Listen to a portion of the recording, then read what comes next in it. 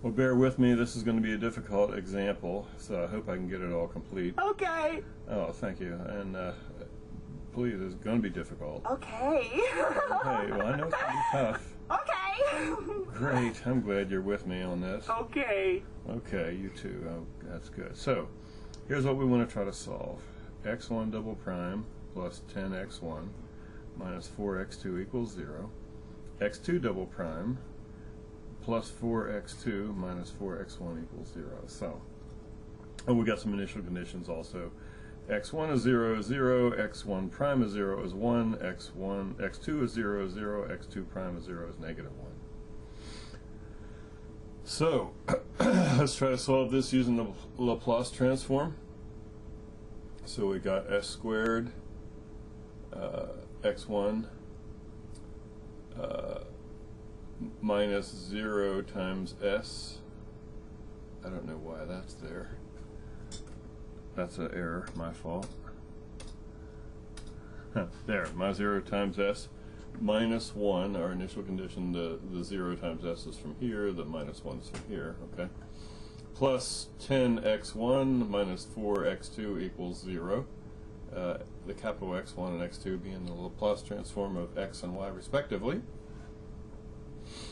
And the Laplace transform of this equation, this one will have s squared x2 minus 0s, and I don't know why I did that for this one too. 0 times s, and then plus, well actually plus minus negative 1, so it winds up being plus 1, and then plus 4x2 minus 4x1 equals 0, the Laplace transform is 0, 0. So now that simplifies. If I took this top equation, it would be x1 times s squared plus 10 minus 4x2 equals 1, so I'd add this 1 to both sides. I'm going to call this one 1 star, purple 1 star, because I'm going to look at this later. And then this second equation is negative 4x1 from here, and then plus s squared minus 4x2 equals negative 1, because I'd take this 1 and subtract it from both sides. We'll call that double star, right? So, take the top equation, multiply it by s squared plus 4, and the bottom equation by 4, and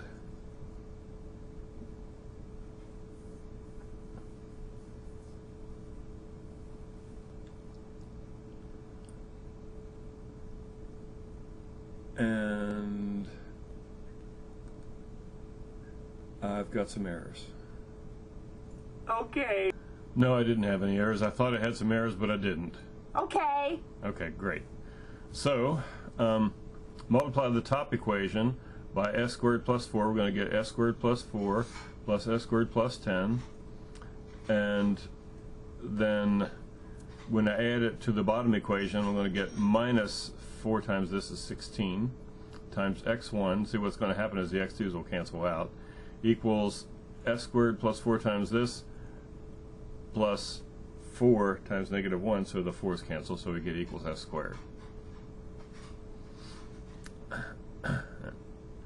And I should say, and add to the bottom equation, okay, and then we get what I said. No, that's not right.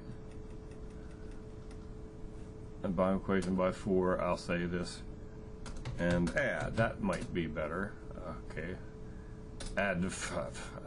Okay, that's it. So, solving this for x1, if you'll pardon this, I multiplied this out. I confess I used my algebraic multiplier and got s1, or x1 equal to s squared over that.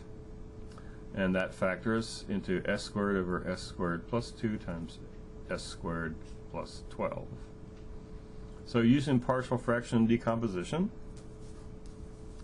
I had to say as plus b over s squared plus 2 and cs plus d over s squared plus 12. And so when I multiplied by the common denominator, both sides, I got s squared from this side equals as plus b times s squared plus 12, and cs plus d times s squared plus 2. And there that all is multiplied out, and added, I should say. So therefore, the cube term, a plus c equals 0. For the squared term, this is 1, s squared, so b plus d equals 1, and 12a s plus 2cs equals 0s, so 12a plus 2c equals 0. And finally the constants, we've got 12b plus 2d, and that also has to be equal to 0. And so I confess I could have done it with matrix row reduction, but since I've got this built-in reduced row echelon form function, I just said put in the coefficients. This says 1a plus 0b plus 1c plus 0d equals 0. I think you can follow that. And instead of doing all the multiple steps required, I just said reduce row echelon form, because I do want to get this done within the next hour. I mean, this video narrated, so I mean there is a limit to the YouTube time I'm allowed. So anyway, b is negative a fifth and d is 6/5, and a and c are both 0. So here's what we got: negative 1/5 times 1 over s squared plus 2, and 6/5 times 1 over s squared plus 12. And that's our Laplace transform of x1. And I have to dress that up a little bit. I had to put in a square root of 2 here, so I had to divide by a square root of 2 here, and put in a square root of 12 here, and divide by a square root of 12 here. Actually, I did have 6/5 there, but I divided by the square root of 12, which is 2 square root of 3. So I could make this nice. And now that I've made it nice, we can say that x1 of t in the calculus domain is negative. Now I rationalized this one and made it negative square root of 2 over 10 times the sine of square root of 2t. And this one, I reduced the fraction and also rationalized this one, and came up with the square root of 3 over 5 times sine of 2 square roots of 3 times t. I could have called that square root of 12 times t if you wanted. That gives me my x1. Now, how do you find x2? Well, I went back to here. I said multiply this equation. What I want to do is eliminate x1 in this one. So multiply this equation by 4, multiply this one by s squared plus 10. See? And then what? I should have said an add.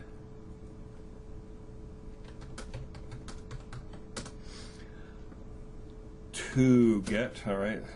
Well, I'm correcting my PDF file as we go. 4 times s squared plus 10 x1 minus 16 times x2 equals 4, and negative 4 times s squared plus 10 x1 plus s squared plus 10 times s squared plus 4 times x2 equals negative 1 times s squared plus 10. Horrible of horrible, we finally got somewhere with this. And this is the same thing it was before.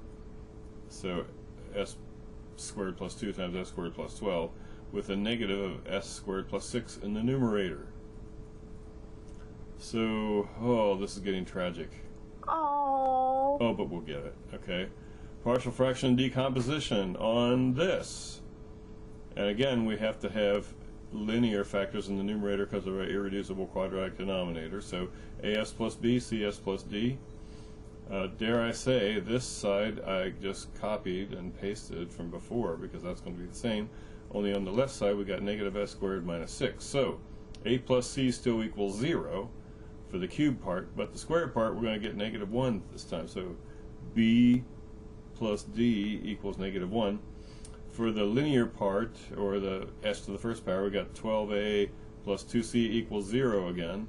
But now for the number part, right, the constant part, we get 12b plus 2d equals negative 6. So again, I know I could do this with row operations, but in the interest of time, I just said reduce row echelon form. A and c are both 0 this time, and b is negative 2/5 and d is negative 3/5. So our x2 is negative 2/5, 1 over s squared plus 2, minus 3/5, 1 over s squared plus 12, and again we get handy with the radicals, put the square root of 2 here and the square root of 2 here. So we can do sine when we do the inverse transform. And this one we want square root of 12 here and square root of 12 here, so we can do the same thing. So therefore our x of t is negative. Again, simplify this, multiply by square root of 2 over square root of 2. So we wind up with negative square root of 2 over 5 times sine of square root of 2t. And then minus 3 over the square root of 10, again by rationalizing this denominator, sine of square root of 12t, or 2 square roots of 3t if you'd rather. And the solution is, here's our x1 that we found earlier, and here's our x2 that we just now found. And I confess, that took some doing. I am so glad. Oh, I'm glad you're glad. Oh, well, that's okay. Well, I'm sorry that somebody was kind of overtly glad, but I hope you don't mind if that's all we do for this lesson. No. Good.